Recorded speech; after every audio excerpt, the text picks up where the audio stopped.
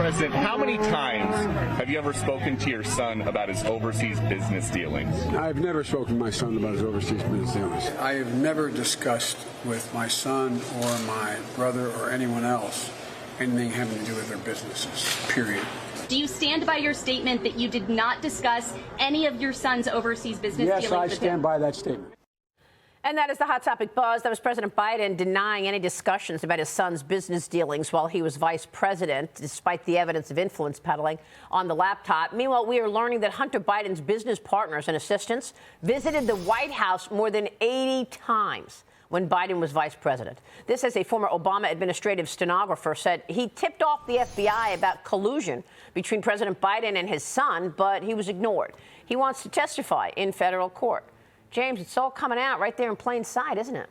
Yeah, you look at those statements, all of them we now know to be false from President Biden. You can also go back to a debate in 2020, where he said his family didn't make any money in China. Oh, yeah. Oh, that was when Chris Wallace moved everybody off the topic. Well, and then he moved. There was the debate. He says, no, we're not going to talk about that. We want to talk about foreign policy. And you got to ask yourself, why did that man and his allies go to such lengths that year to silence our colleagues at the New York Post, to prevent this story from seeing the light of day? Yeah, that's exactly right. It's not like the Clintons. There is no big charitable thing you can point to and say, oh, we were really doing this. At some point, and let's hope Mr. Comer or another House investigator can get there. They're going to have to answer, what exactly did all of these overseas oligarchs who were writing checks get for their money? Yeah, what were they paying for? $3 million to Rob Walker, $1.5 million the next day goes to the Biden family members. What were they paying for, Stephanie? I mean, just wonderful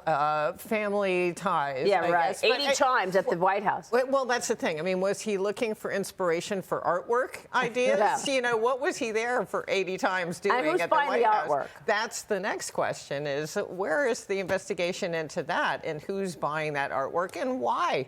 You know, I don't know. I'm no art connoisseur, but I haven't seen anything there that really blows my skirt up. Well, it's there in Soho right now. It's in Soho right now among some of the great artists. The fear, though, isn't it, is that no one's going to be held accountable for any of this, ultimately. What happened with the Russia hoax? We saw it with Russia. We saw it with the Clintons, that that there are two tiers of legal systems in this country, and that no matter what we find out, no matter how many whistleblowers come forward, no matter how much hard evidence there is, who will be held accountable and when? I am not optimistic. It depends on which side you're on. If you're on the Democrat side, you're okay. If you're not, well, you could get indicted.